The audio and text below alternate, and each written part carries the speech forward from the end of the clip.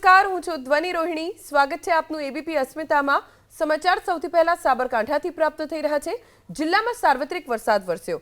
હિંમતનગર, વડાલી, ખેડબ્રહ્મા તાલુકામાં વરસાદ, પોશીના અને વિજયનગર તાલુકામાં પણ વરસાદ પડ્યો।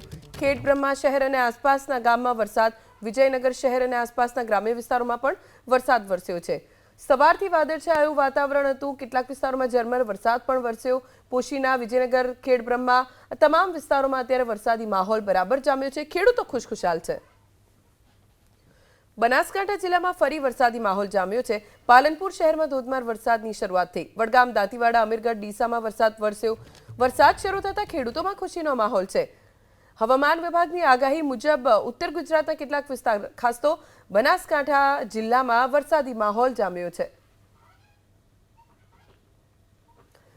વડગામ, દાંતીવાડા, અમીરગઢ, ડીસા તમામ વિસ્તારોમાં વરસાદ વરસ્યો છે, જેના કારણે વાતાવરણમાં ઠંડક પ્રસરી ગઈ છે।